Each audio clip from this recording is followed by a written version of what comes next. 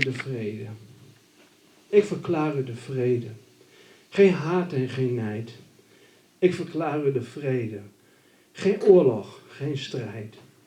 Ik verklaar u de vrede. Tegen beter weten in. Ik verklaar u de vrede, want ik weet, dit heeft zin.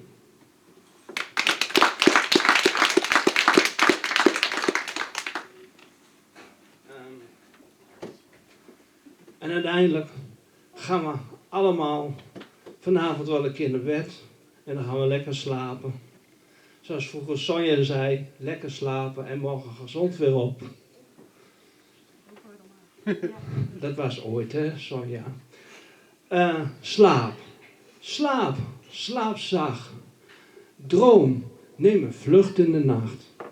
Weg van de waan van de dag.